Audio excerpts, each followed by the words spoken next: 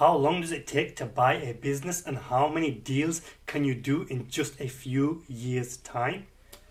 What are some of the issues that stop a deal from going through and what can you do about them?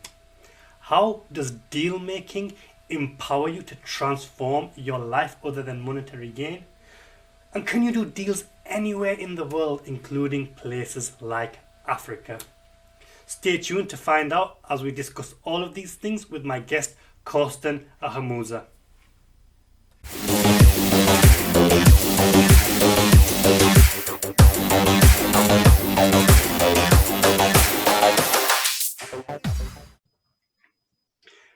Okay, welcome everyone to another episode of the Minotaur's Maze. Now, my guest today is Coaston Ahumuza, who was born in Uganda but arrived in the UK in 2005.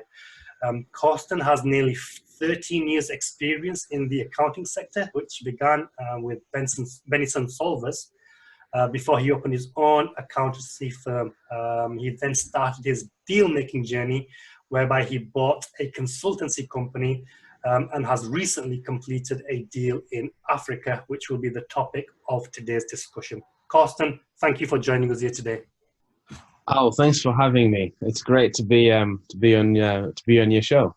Brilliant, brilliant. So, just to kick things off, can you quickly introduce yourself? Tell us a little bit about your background, how you started, and where you are now.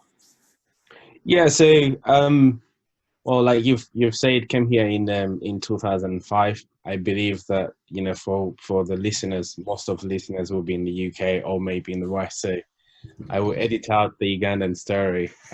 So I came here in 2005. Just like anybody, you just come. It's a new canvas. You don't know anything about how things work, and you have to start out. I first did a few odd jobs like anyone does. Before then going in to study for accounting. Okay. Before coming here, I was obviously running my own business in Uganda. So Okay. I always wanted to do accounts because when it came to accounting, they always went to an accountant to do our numbers and stuff like that. So I thought if I had a few days to spare, and if I was to go back to school, I would go into accounting. Bearing in mind, like anyone who comes here, you come with a hope that you're going to go back home. So I thought I would do accounting, then I go back home to my business and I do what I can do. So that's how I entered into accounting. Every year I always say I'm going to go back. Probably I'm going to say that to you next year when I meet you. I'm going to go back next year. But no, that's what that's a brief story about me. So yeah, Ben, the boring stuff, married, 2 boys. They keep me busy. But on the other reason I bring them up, it's pretty much my why.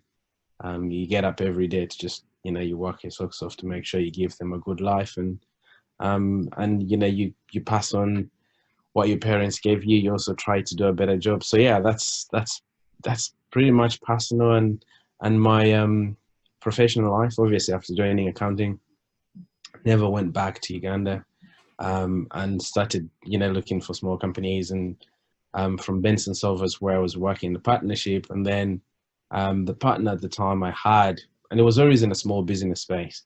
The partner I had was more into property deals, and then we decided that the best way probably was to start on my own and maybe see how I can grow the practice. So that's how I then ventured in and started RCT Accountants.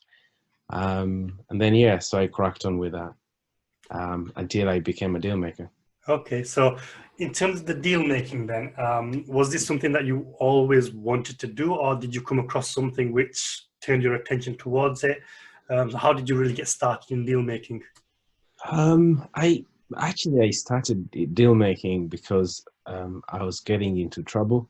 So because I was having small businesses, and most of these small businesses were contractors. So, and obviously even now, as you know, come next April, we're having another crunch on contractors, especially in the private sector. So I had so many contractors in the government sector, especially in NHS actually. And then quite a couple of IT guys. So once the government started cracking down on them and making them go back into employment rather than having contracts and a limited company. So I was losing more than half of my clients. So I needed to do something that was big, that could turn around and give me that income that I was having. And that's how I, stumbled into the M&A as a way to actually help me achieve that. And that's how I started. Okay, and what was the time when it was? How many years ago was that? Or So that was 2015. So that was around 2015 time. And then so I went into 2015, closed the first deal in 2016. So that's okay, how so talk to us about the first deal. So when you first decided that you're going to look for a company, what was your mindset like, before you started? And did you have an idea of what you were looking for? And then how did you basically go out and look for those deals, and how did it basically start? So for me, the low hanging fruit is always using agents or brokers, whichever country you belong to, whichever way you're going to call them, it's the same thing. So the first deal, I actually got a couple of leads from the brokers. The first, Okay. yes, I got three. I remember them vividly. There were three companies that I went for a meeting for. It was an IT company. Um, it was an IT company. It was then a software slash supply into the NHS, and obviously a consultancy company. So it's consulting because mainly they were French people, and the lady that sold the company to me wasn't an accountant, so was more doing business support and almost helping them break the ground into the UK. So that's how I felt that I would then add on my accounting services, so then I could create something that would be bigger and slightly more profitable. So yeah, that's how I was attracted to the deal. And origination wise, I got it from the broker, and the rest is history. Okay, so talk to us about the first deal that you completed then. What were some of the numbers before, and what was the deal structure, if you can go through that, and how long did it take, the whole process from start to finish? Okay, that's so the process took slightly longer than probably will take me now. Um, the numbers, so the numbers turnover wise, it was about 450k, Mhm. um, and the profit on that was about 200. So yeah, so that was the profit, and those were the numbers. At the time, at the time of the deal, they were almost like two companies in one, and she had kept them separate. I don't know for some reason. So it was the deal joining joining the two companies was 450, and then we never actually put them together. We just left them apart. For tax reasons. That's how she had left them, and we paid. I paid my stamp duty across them, but across them, on even on two different accounts. So yeah, it was just completely joining them on almost on closing. And the structure was that we paid. Oh, so the structure is crazy. It's a long story. So at first we couldn't raise the finance that was needed in time. Okay, so So what was the first offer that was agreed, basically? What was agreed initially? the original offer agreed was to pay a third on closing, a third after a third after 6 months, and then another third after a year after. So in 18 months, basically. So we were paying everything in less than 2 years. I guess looking back, I was quite aggressive. Maybe I needed the company. Probably I would get different terms now, but I really wanted it. And she said she wanted out, and she wanted out so quick. And then I gave her that offer. Um, but then when we went into raising the finance, we couldn't raise that finance to cover that fast payment. Hmm. We ended up splitting the fast payment. Um, Ended up paying a very small closing fee, and then paying her about £10,000 a month for the Okay. next 7 months. So yeah, that's how we covered our fast payment, and then obviously we could raise money on the after 6 months. So that's how we raised the second payment, and then obviously the other payment after. So yeah, that's how it went. So basically, just to clarify, then you had an offer which was agreed with the seller. You couldn't Yeah. raise a payment for it, and then you made another offer, and the seller then accepted the subsequent offer. Now, was there any you know, did the seller come back to you and say, why are you doing this? Or was there any chance of the deal falling apart? Or were they happy to accept the new offer despite the initial offer being agreed? So she wanted out, and part of the reason I gave her was that the company wasn't fetching the finance that I thought would happen. And she was up for it. She wasn't pushed about the money. She wanted just get out of the company, but obviously she wanted some money as well. So she never really. At least I negotiated that over an email. I just sent an email. She Right. accepted. Literally, literally I structured an email and sent it through, and the reply came back and said it's fine. I'm okay with that. Wow. Uh, and yeah, so we then took it on. Brilliant. So from start to finish, when you became the owner, how long would you say the whole thing took then? Seriously, so I originated this in the summer 2015, and I remember I was in Japan at the time. Um, so I was spending about a month. That was the longest holiday I was having in a very long time. So I was having about 3 weeks a month in Japan. That was in August. Came back in September, and then started the whole process. And by June I had closed the deal. So yeah, took less than a year. Just Oh, a year? Yeah. Okay. Okay. So talk to us a little bit about your mindset then. So how did you have any fears or any doubts when you started or during the process? And what were some of the biggest obstacles in getting that deal across the line, other than the financing? Or um, I was absolutely scared to death. Um, so like I remember the first deal. So I went to the meeting, and I couldn't get my head around just sitting down negotiating an LBO because I knew that I couldn't pay for it from my own resources at the time, unless if I did something um, drastically different. So I remember I remember really sitting down and I had a friend who I said, you want to come around with me? This guy was a seasoned business advisor, so I came with him to the meeting, and I came with my lawyer as well. So um, that's how panic. I can't say panicking, but that's how lack of God. That's how I was low on confidence. So went 3 people in. We started the conversation, but then as we went along, I grew in confidence. So the subsequent meetings, I took them on my own. But the first meeting, yes, I needed to gather my confidence, and that's how I went into that meeting with other people. But yeah, after that, I think that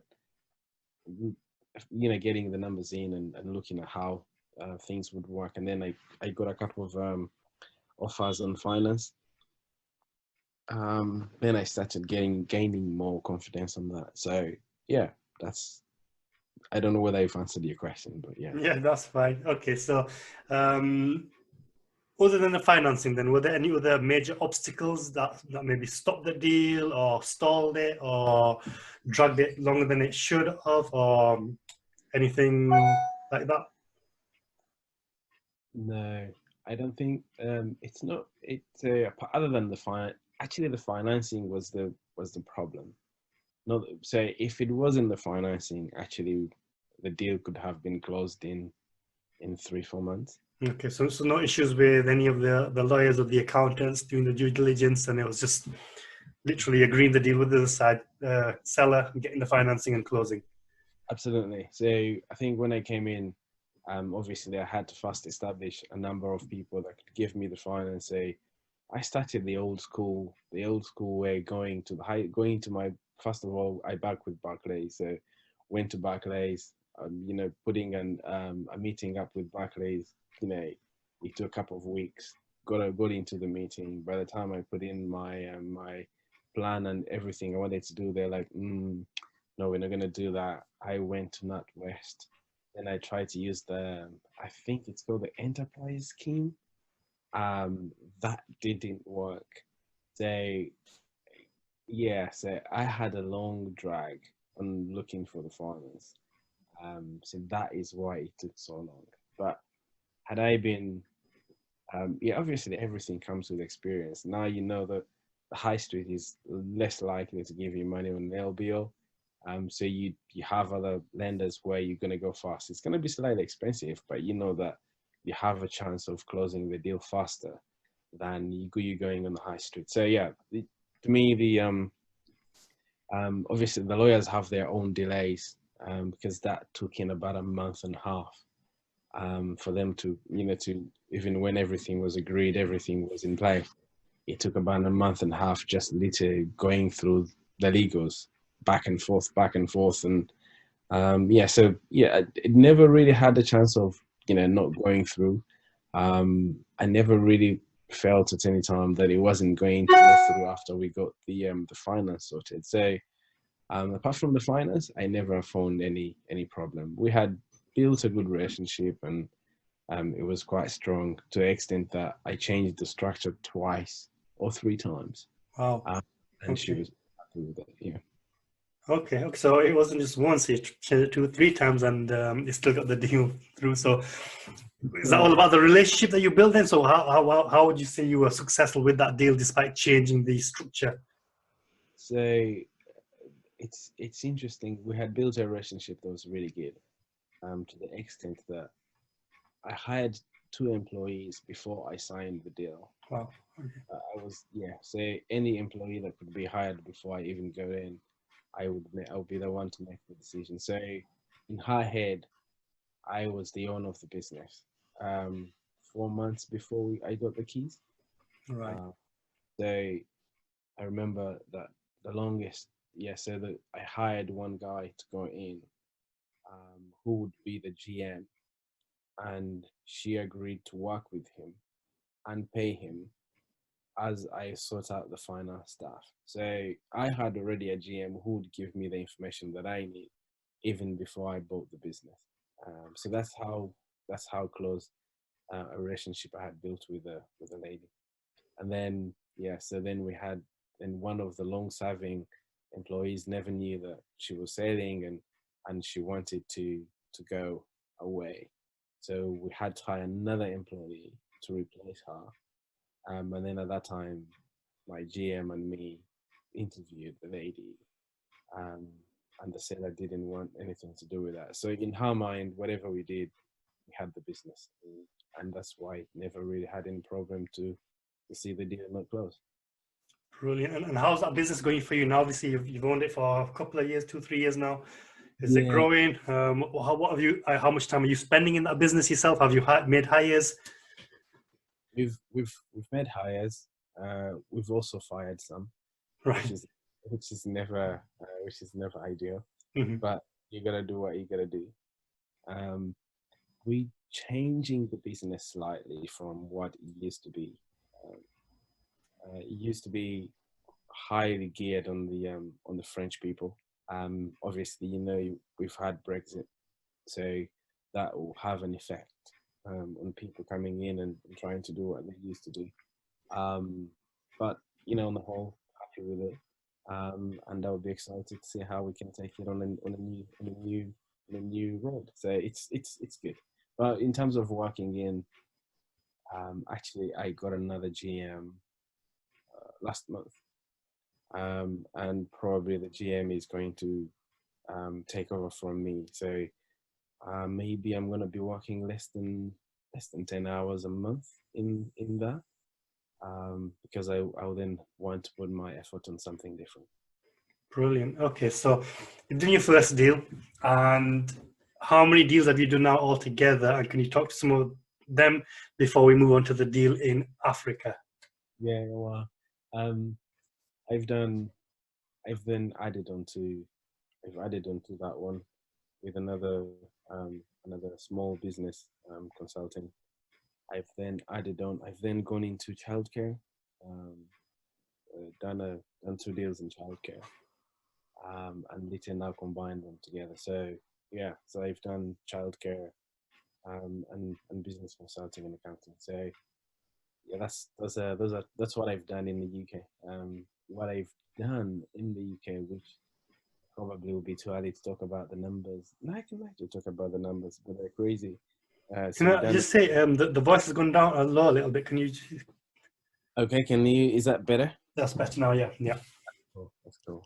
Probably let me get my volume up. So yeah, so the last one that we did in the UK, but it has a tail in Africa, is in oil and gas. Right. Uh, so yeah, I've done 2 deals in Africa, one in Uganda. That was where we going into the tourism, hotel and tourism management. Literally just getting tourists going for the safari and going for some of these crazy places, beautiful places. If you want to go the source of the Nile, or you want to go and see the gorillas, or you want to go to, you know, there's so much stuff to do on the safari. Yeah, so we can then give you packages. So that's one. That's what we're looking. And the other one is it's a UK company. It's a UK deal, but we're delivering in Equatorial Guinea, in Malabo. Okay. That will see us go into oil and gas. So yeah, those are the 2 deals I've done. Okay, and are these LBOs, or what's the structure, or on these deals? These are the hotel. The tourism is an LBO. It's a full seller finance, 100% seller finance. That complete 100% seller finance. So that's an LBO. We'll have to do a bit of improvement to the site that is there before we then expand into new sites. So we have a plan for that, and currently the GM is cracking on getting new sites set up, and then trying to see how we can actually improve the capacity. Getting more numbers, whether getting into tents or glamping, whichever way you want to call it. And then obviously some people always want the comfort, of a proper, hotel rooms. But equally, we want to do it in a way that you feel that you're on safari rather than feeling you're in a 5-star hotel. You want to feel a bit of adventure, but equally you want to feel that you have the necessities that you could enjoy if you're at home. So yeah, so that's what we're creating, and that was pure seller finance. Okay, so it's pure seller finance. Are you paying him in monthly installments, yearly? How many years? And so tell us a little bit more about the structure. So the structure of a deal is that we will. Oh, this is crazy. Say, I have to build.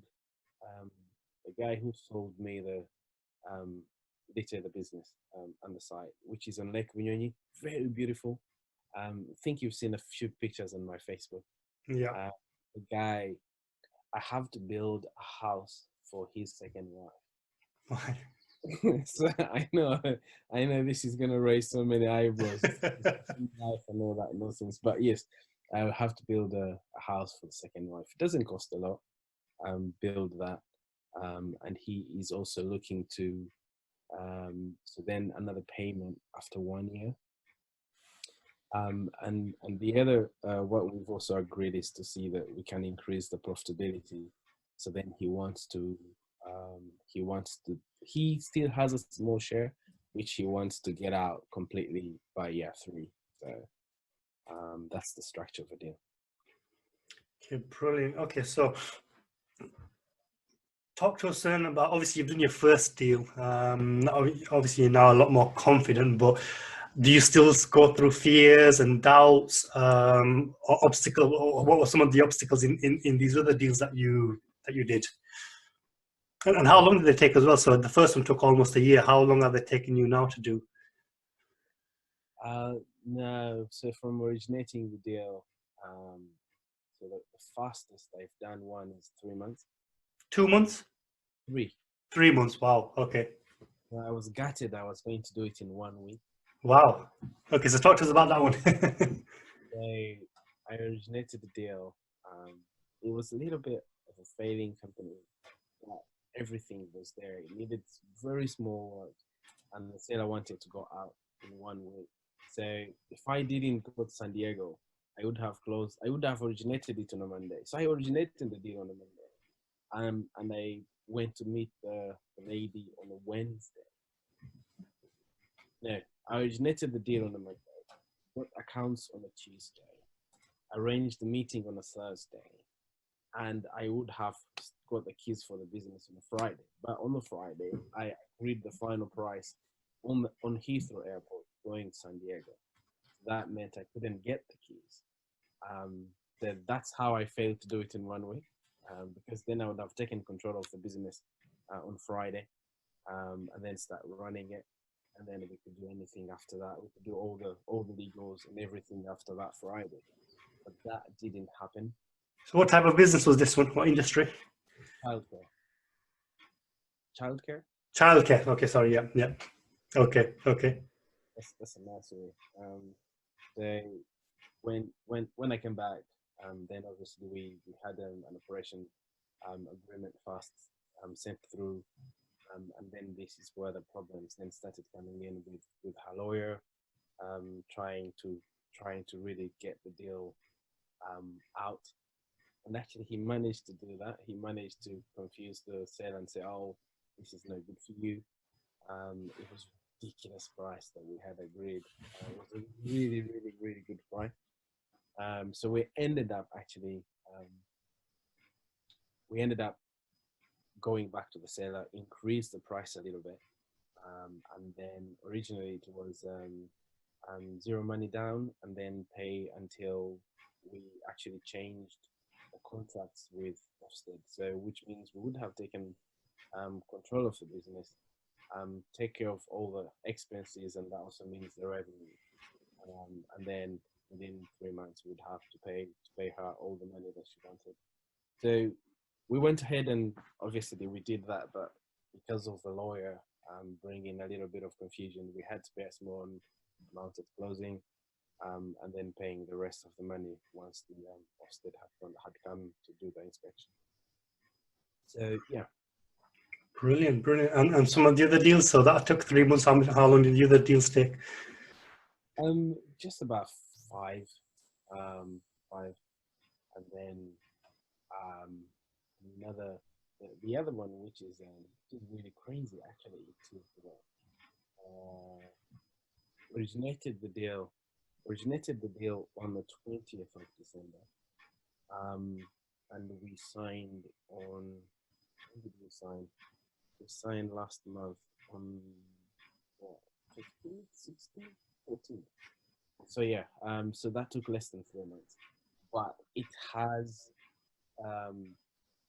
that is partly LB or partly consulting for equity, no money down, and the structure is that we then have to deliver a contract in Equatorial Guinea, which we have to now create a larger business plan for the government to then do the funding. So it's a big. I can't get the numbers to you now because it's not gonna be it's not gonna be good for your audience, because everybody will be like, no, you can't do that.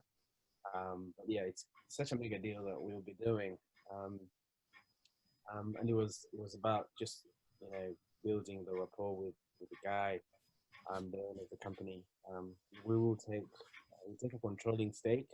The way that the controlling stake was done is that we then have to restructure my other deals, put them in one company, and then offload some equity for quite a huge return in the deal that we've signed. So yeah, it's the structure of that is a little bit complicated for the guy who's just starting out, but it's fun.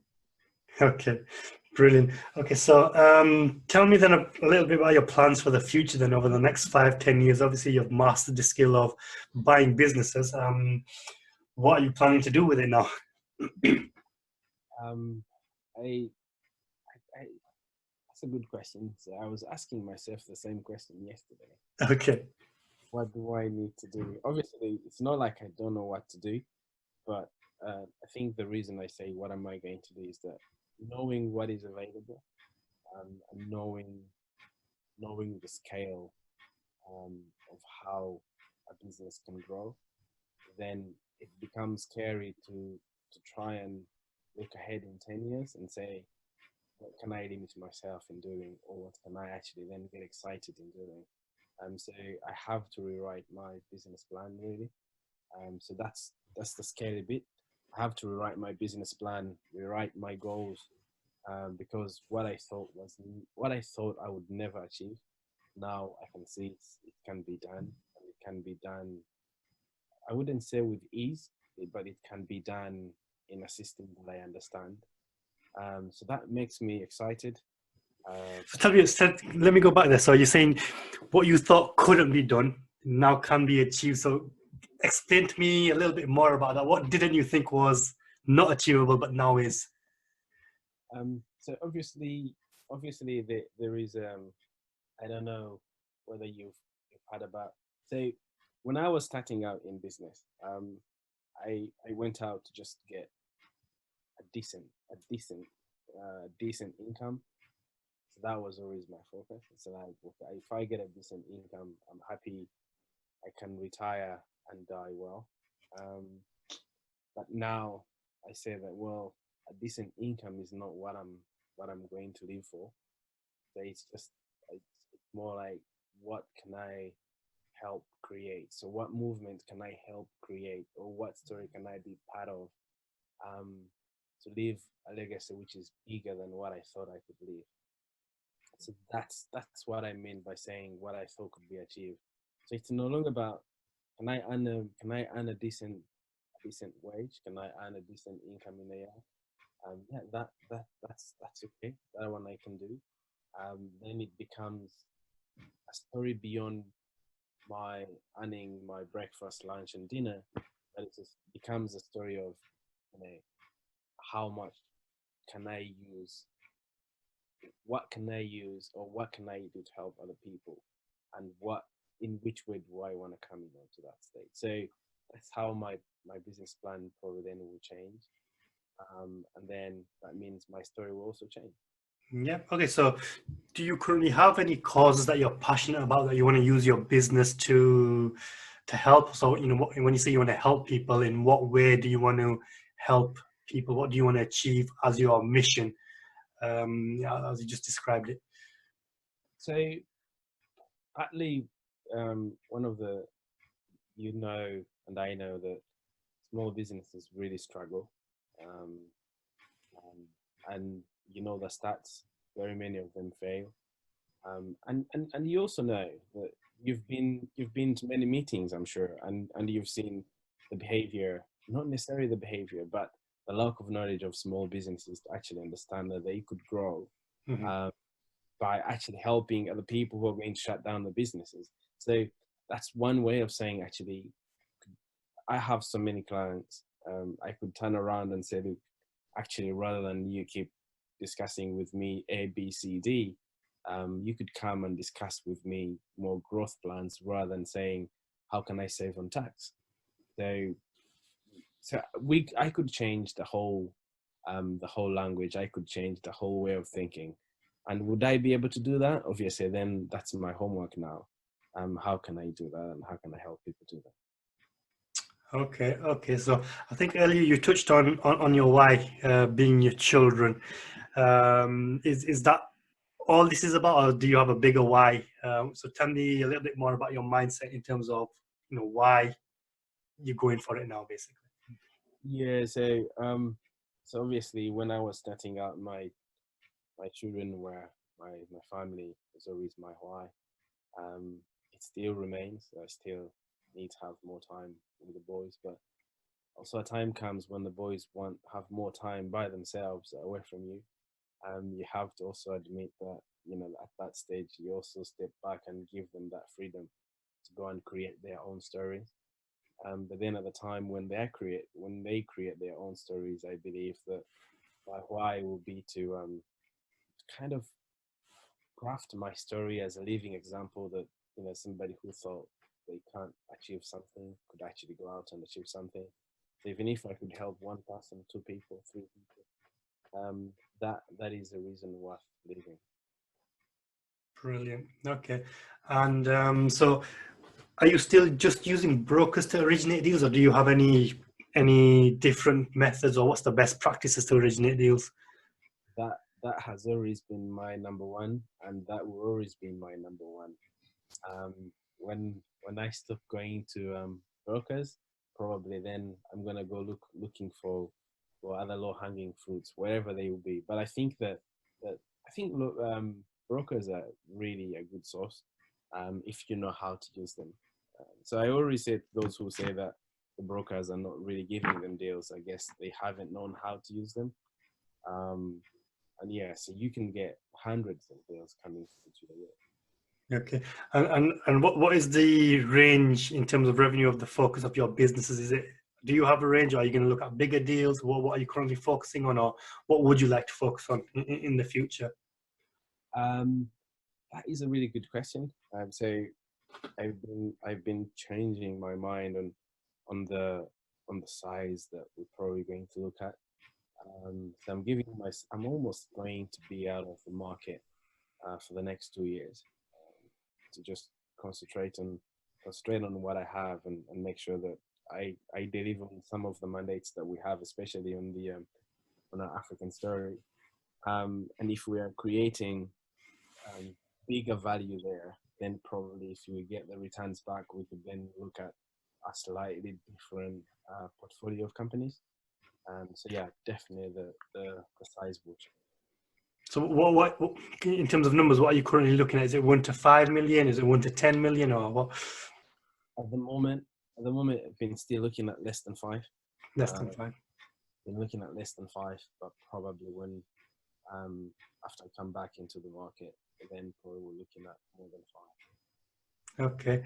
And for somebody who's thinking about starting the deal making journey, or somebody that doesn't have belief that they can do it, what advice would you give them, and what would you say is the number one skill they would need to be successful in deal making? I would just say look in the mirror and tell yourself 10 times you you you are worthy and you can do it. I think that I think it's Tony Robbins that says that just listen to the story you're telling yourself. So if you keep telling yourself a story, you're more likely to live out that story. So if you keep saying I can't do it, then you will never do it. But if you look in the mirror and say I think I can do it, then the world will stand out of your way and you will do it. And sometimes all you've got to do is stand tall and everyone will get out of your way. Sometimes you stand tall and you have that discussion that you think is going to be difficult. And you actually, because you've taken a stand and you're determined, it then becomes easy and you find that you can do it. So my advice is that, yes, you can. Brilliant, brilliant. Okay, so obviously we've touched on it a little bit before, but were there times in your deal making journey where you thought you can't do this isn't for you, let's just forget about it and carry on normally, or was there never any moment like that? Or if there were moments like that, what pushed you through to get the deal done from a purely psychological point of view, from yourself? There is a deal that I did that I actually regretted doing it. So at first it was a very easy deal. It's again, it's the same. It was the best deal I ever did, but turned out to be the very complicated deal that I ever did. To an extent that I thought I wish I didn't do it. And this is just purely um, because I got a company from the outgoing shareholder director. Um, Probably she had her own personal issues, and that is on purely that perspective. So, but if it wasn't for that, I would say that every deal has its own challenges. Where you wake up and you're like, okay, where can I get the finance to finish this off? Where can I do this? And the reason I say that is that when we were raising finance for the small bits that was left, um, the company had already been struck off from Ofsted, which meant that the funders would say, "Oh, but that company is not working." Now, I'm trying to throw this in for those who have done deals. They will know what exactly I'm talking about, because you're carrying the credit worthiness on the balance sheet of a company that is no longer working, transferring it into a new co which doesn't have credit worthiness. So there you're stuck. So you almost forced to bring your own capital. They that is that that is a challenge that you don't normally meet in LBO. Then you now face that challenge. So to answer your question, every deal is unique. Um, just be out there, be creative, but know that when the challenge comes, you can always look left and right to find a way of closing the deal. But you can do it. Brilliant. So on some of the, obviously, the final thoughts, would you say anyone can do this, or would you need a special skill to be able to do this? Only those who believe can do it will do it. You can always hire a skill, so it's never about the skills. I always say that deal making is more of a project management. If I was to break it down, so if you look at project management, you don't do everything. You get in guys to do what you cannot do, and that's why you get the legals. That's why you get the accountants. You can't value the deal. There's no reason why you should focus on the deal. Just get your accountant to analyze the numbers for you, and then you can together agree where you see the price lies. That's one of the scary moments that people always get fixated on. Um, if you can talk to people, why not? The scary bit is, I always say, is remember the first day you talk to your girlfriend. You know, yeah, it's really very very scary. But once you get going, the rest, you fall in love, and maybe you buy her a glass of wine, and then you find that you find your way. Say relationships building, way to the sailors building that relationship. Think about it as speaking to a girlfriend. You're trying to build a relationship with somebody for the first time.